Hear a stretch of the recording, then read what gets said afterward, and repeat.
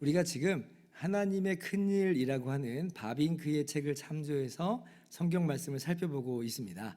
지난주까지 어디까지 했냐면 소위 구원론을 우리가 다 나간 거예요. 구원론을. 그리고 이제 종말을 다루면서 우리가 장차 누리게 되는 영생에 대해서 이야기하면 되는 것인데요. 그런데 여기에서 하나 빠진 이야기가 있습니다.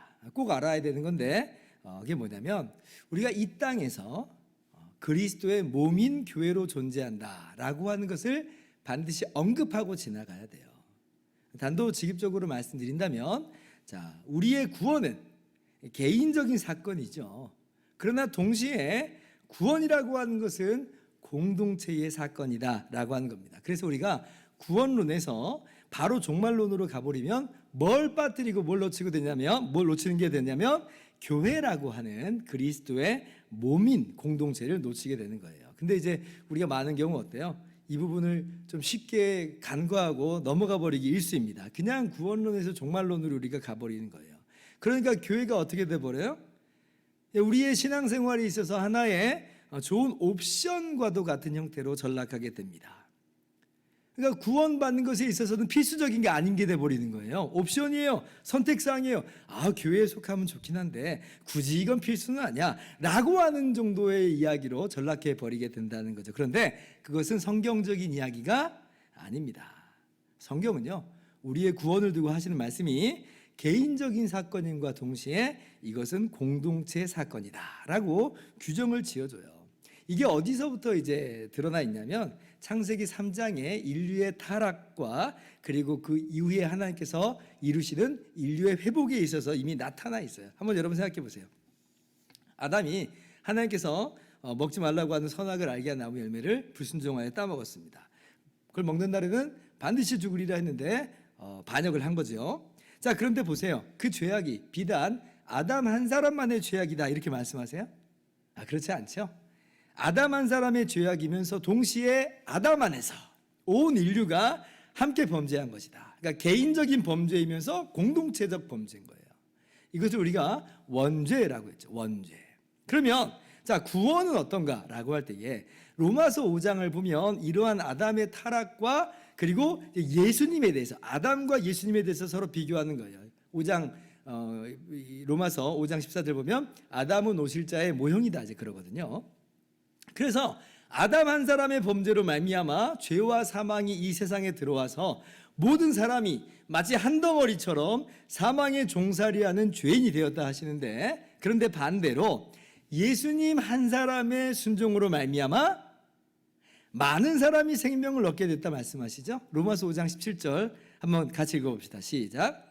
한 사람의 범죄로 말미암아 사망이 그 한 사람을 통하여 왕노릇하였은즉 더욱 은혜와 의의 선물을 넘치게 받는 자들은 한 분 예수 그리스도를 통하여 생명 안에서 왕노릇하리로다.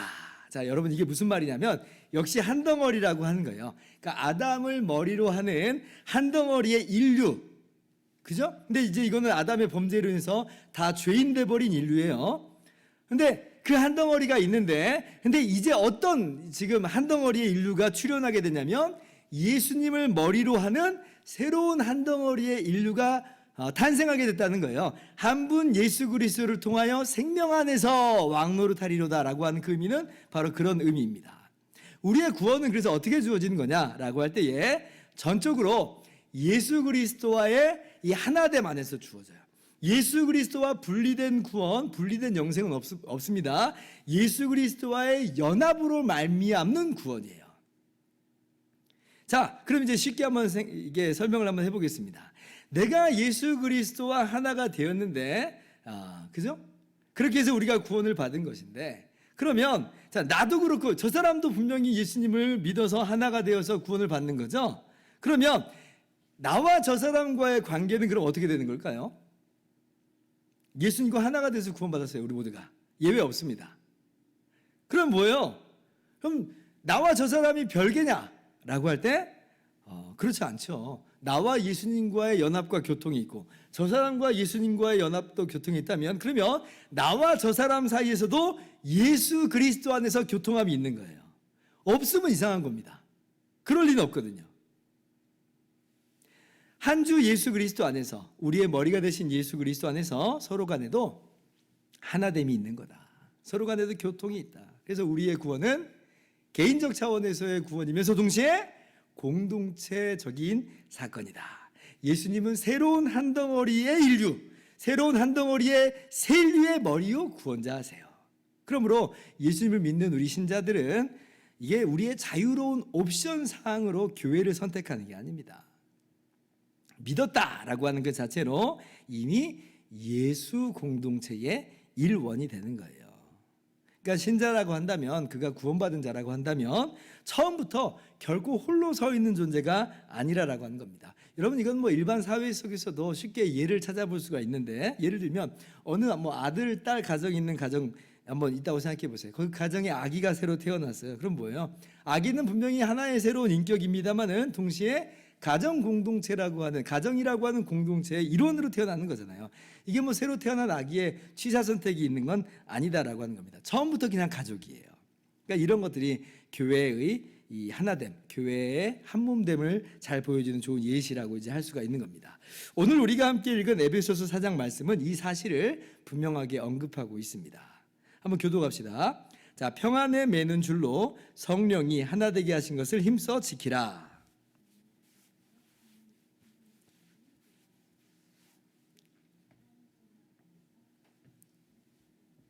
네, 우리가 지지난주 주일 예배 설교 본문이 바로 이 본문이었죠. 그래서 아마 쉽게 우리가 기억을 할 수 있을 거라고 생각하고 다시 한번 이 본문을 오늘 정했습니다. 자, 평안, 즉 이게 화평이라고 하는 단어예요. 똑같은 단어입니다. 화평에 매는 줄로 성령이 하나 되게 하신 것을 힘써 지키라. 여러분, 이 화평이라고 하는 단어는 에베소서 2장에 집중적으로 언급되고 있어요. 이 단어가 다른 화평을 말하는 게 아니에요. 이 화평은 그리스도 안에서 유대인과 이방인 간의 화평입니다. 그러니까 유대인과 이방인 간의 이제 모든 분리와 차별은 없애는 화평이에요. 한번 에베소서 2장 14절 볼까요? 자, 그는 우리의 화평이신지라 둘로 하나를 만드사 원수된 것 곧 중간에 막힌 담을 자기 육체로 허시고. 15절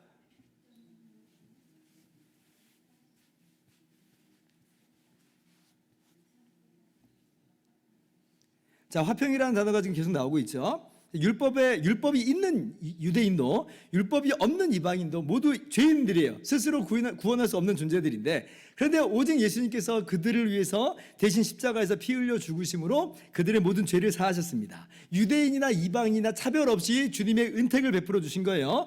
그러므로 이제 유대인이나 이방인이나 차별 없이 누구나 오직 예수님을 믿음으로 은혜로 거저 죄 용서함 받고 의롭다 하심을 얻은 거예요.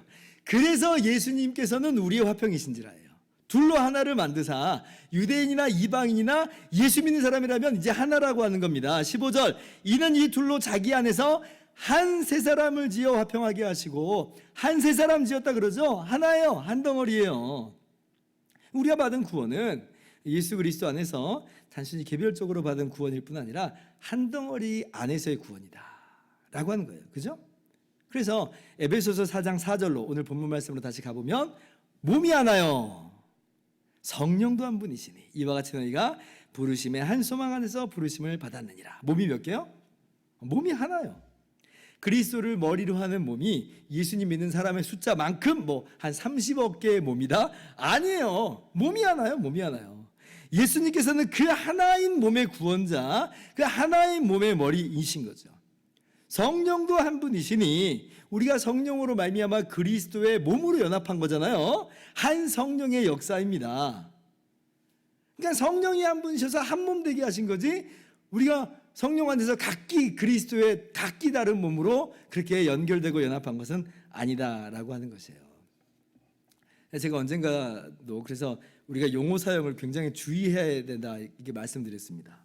뭐 저기는 뭐 영이 다른 것 같아, 뭐 여기는 뭐 영이 뭐 다른 것 같아라고 이렇게 막 말을 쉽게 던지시는 분들이 있는데, 여러분 이 말은 절대 쉽게 쓸 수 있는 말이 아니에요. 성령이 한 분이신데요. 그러면 영이 다르다는 건 뭐예요? 성령이 다르다는 건데? 그럼 그게 무슨 의미일까? 그러면 그 영은 무슨 영이에요, 도대체? 그러면 그 영으로 말미암아 우리가 이 성령으로 말미암아 그리스도의 한 몸이 되는 건데, 그럼 거기는 그리스도의 몸이 아닌 겁니다. 그러니까 영이 달라 이 말은 한 성령도 아니라는 얘기고 한 몸도 아니라는 거예요. 이건 쉽게 말하면 이단이다 이 말이에요. 영이 다르다. 이단이다 이 말이에요. 근데 이제 이런 무시무시한 표현을 그냥 아무렇지도 않게 막 쓰시는 분들이 있어요. 되게 폼나는 말 같잖아요. 아, 여기는 나랑 영이 다른 것 같다. 그럼 굉장히 막 신령하게 들려요. 근데 이건 진짜 뭘 모르시는 분들의 이야기입니다. 그래서 우리는 그런 용어를 굉장히 주의해서 써야 됩니다. 진짜 이단 아니고서는 그런 말 쓰지 마시고 이렇게 말하는 거예요. 나랑 좀 스타일이 다르네. 나랑 좀 분위기가 다르네 라고 하기만 하면 돼요. 뭔 영이 다르네 이렇게 그렇게 하지 마시기 바랍니다. 분위기나 스타일은 다를 수 있죠. 몸의 지체가 다양하듯이 분위기나 스타일은 얼마든지 다를 수 있어요. 심지어는 개인과 개인의 다양성도 있을 뿐 아니라 지체 교회와 지체 교회 간에도 다양성이 있을 수 있어요. 근데 이제 그런 것들을 영이 다르다, 한 성령이 아니라 다르게 이야기해 버리는 순간 누군가 하나는 지금 잘못되고 있는 겁니다. 아무튼 자, 몸이 하나다. 그리스도의 몸이 되게 하시는 성령도 한 분이시다. 우리가 한 소망, 하나의 동일한 미래의 소망을 가지고 있다. 자, 예수 그리스도 어때요? 4장 5절 6절 또 교독합시다. 주도 한 분이시요 믿음도 하나요 세례도 하나요.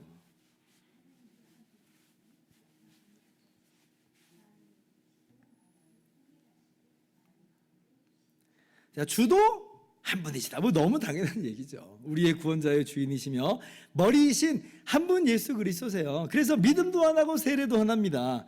보세요. 우리가 각자 믿음이 있고 각자 세례를 받은 거예요. 그런데 동시에 그건 뭐예요?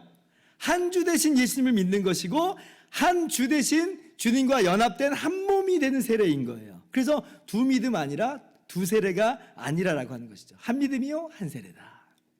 그리고 우리가 한 분 아버지 하나님을 모신다. 그래서 계속 하나 또는 한 분이라고 하는 단어가 오늘 말씀 속에서 계속 반복되어 있어요. 이걸 이제 유대인과 이방인 간의 당시의 뿌리 깊은 분리와 차별을 배경으로 생각해 본다면 이 뜻을 우리가 아주 분명하게 알 수가 있는 것입니다. 유대인들만의 교회, 이방인들만의 교회, 서로 다른 교회, 다른 몸 이런 건 없는 거예요. 각자의 지역에서 교회를 이루고 있지만 물론 그죠? 그러나 궁극적으로 우리 모두는 그리스도의 한 몸이다, 하나다. 그래서 우리가 여기까지 꼭 기억해야 될 것이 뭐냐? 첫 번째 기억하세요. 우리는 개인적 차원에서의 믿음이지만, 그렇게 개인적 차원에서 구원을 받은 거지만 동시에 교회라고 하는 공동체로서 구원을 받은 것이다. 꼭 기억해야 돼요. 그러니까 구원 사건을 개인적 차원으로만 보면 반쪽만 보는 거예요. 공동체로의 구원 사건이다. 그리스도의 하나의 몸으로 새롭게 우리가 지음받은 것이다 라고 하는 것을 꼭 기억해야 됩니다. 그리고 두 번째, 그 교회는 궁극적으로 여러 몸이 아니라 그리스도의 한 몸이다. 그러니까 개인만 다양한 게 아니라 이 땅에서 교회도 무수하게 다양한데, 그러나 그렇다고 해서 여러 몸들이 있는 게 아니라 궁극적으로는 한 몸인 교회가, 하나인 교회가 있는 것이다. 꼭 기억해야 돼요. 그래서 하나인 교회, 이것을 교회의 속성 중에 통일성 혹은 단일성이다. 이제 이렇게 이야기해요. 우리가 사도신경을 항상 예배 때마다 고백하잖아요. 나는 이렇게 믿습니다라고 하는 고백인데, 거룩한 공회를 믿사오며 이렇게 고백하죠. 나는 거룩한 공회를 믿습니다. 이게 어떤 의미냐면 풀어서 보면 이런 거예요. 나는 하나의 거룩한 보편교회를 믿습니다. 나는 하나의 교회를 믿는다예요. 우리가 예배 시간마다 암송하는 내용이 그거예요. 고백하는 내용이 그거예요. 나는 교회가 하나임을 믿습니다. 교회는 그리스도의 한 몸이라고 하는 것을 믿습니다 라는 이야기입니다. 이게 교회의 통일성, 단일성이에요. 자, 그런데 이제 우리가 이렇게 오늘 말씀을 우리 삶 속에서 이제 적용을 바로 해보면 되는 건데, 잠깐 여기서 우리가 주의할 점이 하나 있다는 것은 좀 짚고 넘어갈 필요가 있습니다. 이게 뭐냐면, 이제 우리가 이제 한 몸 그러면 우리가 이제 우리 사회 속에서 어떻게 이해하기 쉽냐면, 어떤 일사불란한 어떤 상하 관계를 가진 조직체로 이렇게 생각해 버릴 위험성이 있어요. 쉽게 예를 들면 우리나라도 여러 행정구역들이 있잖아요. 시, 군, 구, 읍면, 동리, 우리가 이렇게 배웠습니다. 제일 작은 게 동리고, 더 큰 덩어리가 시, 군이 있고, 더 큰 덩어리로 가면 12개로 구성된 특별시나 무슨 도가 있어요. 경기도, 그죠? 경기도. 그리고 이제 대한민국이다, 이렇게 이제 우리가 행정구역을 나눕니다. 근데 이제 이런 일반적인 이해 속에 피라미드 구조잖아요. 근데 이거를 교회로 대입해 버리면 어떤 사태가 벌어지기 쉽냐면, 덩어리가 큰 것은 더 높은 조직, 덩어리가 작은 건 무슨 하부 조직, 낮은 조직 이렇게 이해가 돼버리기 쉬워요. 근데 이건 교회에 있어서 바람직한 이해는 절대 아닙니다. 우리 교회 같은 개별교회, 지체교회는 더 넓은 어떤 단체의 지부 아니에요. 그래서 마치 이제 더 넓은 그런 단체가 마치 우리 교회를 뭐 좌지우지할 수 있는 그런 명령 체계를 갖고 있지 않다라고 하는 겁니다. 그렇지 않아요. 개별 교회들은 다 하나의 동등한 교회를 이루고 있어요. 그러니까 초대교회 때 예루살렘 교회가 있고, 그죠? 그다음 이제 유대 지역에 갈릴리 지역에 여러 또 교회들이 있었을 텐데, 그럼 예루살렘 교회가 교회고 다른 교회들은 무슨 지부냐? 그렇지 않다는 거예요. 다 동등한 교회라는 거예요. 예루살렘 교회도 교회고. 그 규모나 크기는 상관없습니다. 예루살렘 교회가 몇만 명이 모이고 갈릴리에 있는 교회는 몇십 명이 모인다고 해서 더 높은 교회, 낮은 교회가 있는 게 아니라 동등한 교회다. 상하관계가 절대 아니라라고 하는 거예요. 심지어는 우리 장로교회에서 어때요? 우리 지체 교회가 속해 있는 노회가 있잖아요. 노회가 더 범위가 넓어요. 그러면 그 노회가 그러면 더 넓으니까 더 높은 교회냐, 상위 교회냐, 우리 같은 우리의 이 지체 교회들을 개별 교회들의 하위 교회냐? 그렇지도 않습니다. 또 노예들이 총대를 파송해서 모이는 총회가 있는데 그건 훨씬 더 광범위하잖아요. 그럼 총회가 더 높은 교회냐? 아니요. 우리 교단 헌법에서부터 그러한 위계 질서를 비성경적인 것으로, 위계 질서를 절대로 이야기하지 않아요. 헌법에서 제가 이야기한 걸 한번 적어봤어요. 각 지체교회의 7위회인 당회나, 우리 교회 당회가 있잖아요. 노회나 총회는 대소의 차이는 있지만, 그러니까 넓고 좁고의 차이는 있지만 높고 낮음 같은 등급은 없다. 이게 헌법에서 나온 얘기예요. 위계 질서가 아니라는 겁니다. 그러니까 성경과 헌법에 따른 것이 아닌 다른 어떤 일반적인 걸로, 일반적인 사항을 가지고 노예가 무슨 당회를, 무슨 지체교회를 향해서 막 이래라 저래라 막 할 수 있는 그런 위치가 아니에요. 세상에서는 위에 있는 사람이 이래라 저래라 해버릴 수 있잖아요. 근데 이제 교회는 그렇지 않다는 거예요. 그러니까 그런 개념이 아니라라고 하는 것입니다. 그래서 위계 질서가 아니다. 다만 각 회는 고유한 특권을 가졌으나 성경 말씀의 궤도 안에서는 수평적 순서대로 보다 큰 회의 감독과 지도를 받는다. 그러니까 감독과 지도를 성경적인 말씀 안에서 받는 것이지 마치 복종해야 되는 위아래 상하관계는 아니다라고 하는 겁니다. 지체 교회가 그 자체로 완전한 주님의 몸된 교회예요. 그 교회들이 다 한 몸이지만 그 하나하나의 지체 교회로서 또 완전한 주의 몸된 교회라라고 하는 거예요. 그래서 에베소 교회다라고 할 때 교회라고 부르지 뭐 다른 걸로 부르지 않잖아요. 교회예요, 교회. 그러니까 이러한 주의할 점을 인식하면서 동시에 우리 각 지체 교회도 서로 간의 지체로서 하나의 주님의 몸된 교회를 이루고 있다라고 하는 것을 꼭 기억해야 된다는 거예요. 자, 사도행전 9장 31절 같이 읽어봅시다. 시작. 온 유대와 갈릴리와 사마리아 교회가 평안하여 든든히 서가고 주를 경외함과 성령의 위로로 진행하여 수가 더 많아지니라. 자, 온 유대와 갈릴리와 사마리아 여러 교회들이 세워졌습니다. 그런데 여기 교회라고 하는 단어가 지금 나왔잖아요. 31절에 이 교회라고 하는 단어는 굳이 어떻게 쓰냐면 온 유대와 갈릴리와 사마리아 교회들이 평안하여 이렇게 쓰지 않았어요. 복수를 쓸 수도 있었을 텐데 분명히. 왜냐하면 각각의 교회도 완전한 교회이기 때문에. 그런데 굳이 여기서는 유대와 갈릴리와 사마리아 교회라고 한 단수를 썼습니다. 그러니까 궁극적으로 뭘 이야기하고 싶은 거예요? 교회가 막 성장해가고 여러 개로 지금 막 퍼져나가고 있지만 사도행전에서 뭘 이야기하고 싶은 거였냐면 그러나 궁극적으로 우리는 한 몸이다, 한 교회다 라고 하는 것을 이야기하고 싶었던 거죠. 그래서 우리가 어떤 세상적인 어떤 피라미드 위계 구조를 교회에다 그렇게 대입하면 안 된다라고 하는 걸 기억하면서도 그러나 우리는 한 몸이다라고 하는 것을 꼭 기억했으면 좋겠습니다. 자, 여기서 이제 우리가 적용을 한번 해봅시다. 근데 이제 우리의 신앙생활에 있어서 교회의 통일성에 대한 이러한 이해가 좀 아쉽죠. 좀 부족한 것이 있다고 봅니다. 지역과 언어로 인해서 마치 사도행전에서 복음이 전파되면서 교회가 점점 더 확장되어가는 모습은 그거는 분열이라고 할 수는 없죠. 이거는 뭐 확장이다. 뭐 예를 들면 복음의 불모진 우리나라에 복음이 전해졌는데 선교사들의 모국의 기독교가 이식된 게 아니라 한국 기독교로서 세워진 거잖아요. 그런 것들은 분열의 모습은 아니고 교회가 확장되어가는 그런 이야기예요. 그런데 교회가 이러한 확장만, 좋은 의미에서의 확장만 가지고 있는 게 아니라 분열을 한다는 게 문제예요. 교리적인 차원에서 분열한다. 여기서부터 좀 아쉬움이 있죠. 1054년에, 한 1000년 전 이야기입니다. 1054년에 서방교회하고 동방교회가 나눠졌어요. 정치적인 이유도 개입됐고 또 교리적인 분쟁이 있었습니다. 필리오께 논쟁이라고 하는 그런 분쟁이 있었죠. 그래서 서로 양쪽에서 서로 파문을 해버려요. 교회가 너희는 참 교회가 아니야 라고 서로 파문을 한 거예요. 우리가 참 교회야, 이런 식으로 나눠진 거죠. 이건 분열이에요. 한 몸 아니라고 하는 거잖아요. 그래서 이제 이러한 그 분열이 언제 이제 명목상으로나마 다시 이제 화해를 하게 되냐면 1965년, 한 70년 전인가요? 70년 전에 이르러서 60년 전에 이제 로마 카톨릭하고 동방 교회가 서로 명목상으로 화해를 이제 하게 됩니다.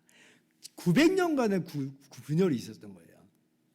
자, 그리고 자, 동방 교회하고 서방 교회가 나눠졌잖아요. 그렇게. 근데 서방 교회는 또 1517년에 또 어떤 일이 있게 돼요? 우리 개신교하고 우리 기독교하고 로마 카톨릭하고 천주교하고 또 나눠지죠. 이게 우리가 잘 알고 있는 종교개혁 사건입니다. 그러니까 루터가 그 당시에 교회 안에서 우리 성경적 신앙으로 돌아가자라고 했어요. 이게 종교개혁이에요.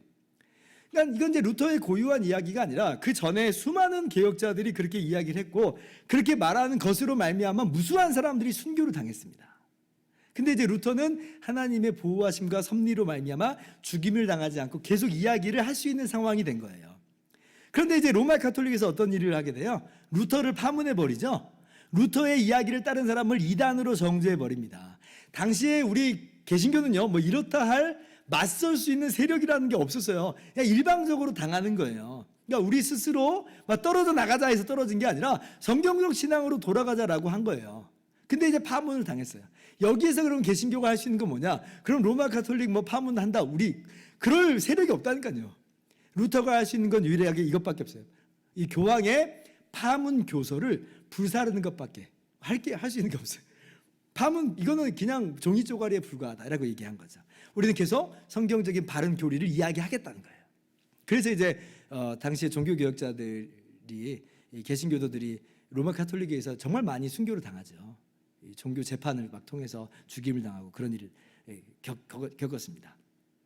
근데 뭐 여전히 지금 로마 카톨릭은 이러한 비성경적인 또 치명적인 교리들 공식적으로 수정할 의향이 없습니다. 그래서 여전히 분열된 상태예요. 근데 이제 그렇다고 해서 우리 개신교가 기억해야 될 것은 분열을 정당화하고 우리는 분열에 나왔습니다. 이렇게 이야기하면 안 돼요. 우리는 분열에 나가자는 게 아니었고 성경적인 바른 교리를 이야기하자였어요. 그러니까 로마 카톨릭이 성경적인 교리로 돌아오면 얼마든지 우리는 하나예요. 안 돌아오니까 지금 안 되고 있는 거예요. 그러니까 성경적 교리를 희생하고 괜찮아라고 할 수는 없어요.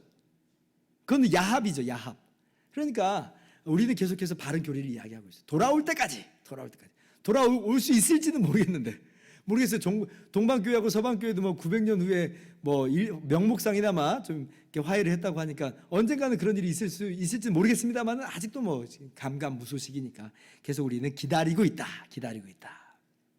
근데 이제 우리 개신교가 그러면 그 다음에 우리는 뭐 괜찮은가라고 할 때 근데 아쉽게도 그렇진 않았던 모습들이 있습니다. 개신교 내에서도 교리적 분열상이 나타나기 시작했고 그러면서 이제 서로 그때는 분열은 아니에요. 막 서로 파문하고 그러진 않았어요. 그런데 이제 그래도 좀 외형적으로나마 좀 일치된 모습을 보여주면 좀 좋았을 텐데. 근데 이제 개신교가 우리가 개신교고 성경적인 신앙이지만 약간의 차이 안에서 너는 너 나는 나 이런 식으로 약간 외형적인 약간 좀 모습 이게 좀 나눠지는 모습들이 좀 있었던 것은 좀 아쉬운 점이다. 그러한 모습들이 이제 개신교 내에서 많은 교파들을 이제 양산을 하게 된 거죠. 그렇다고 이건 이제 분열은 아니에요.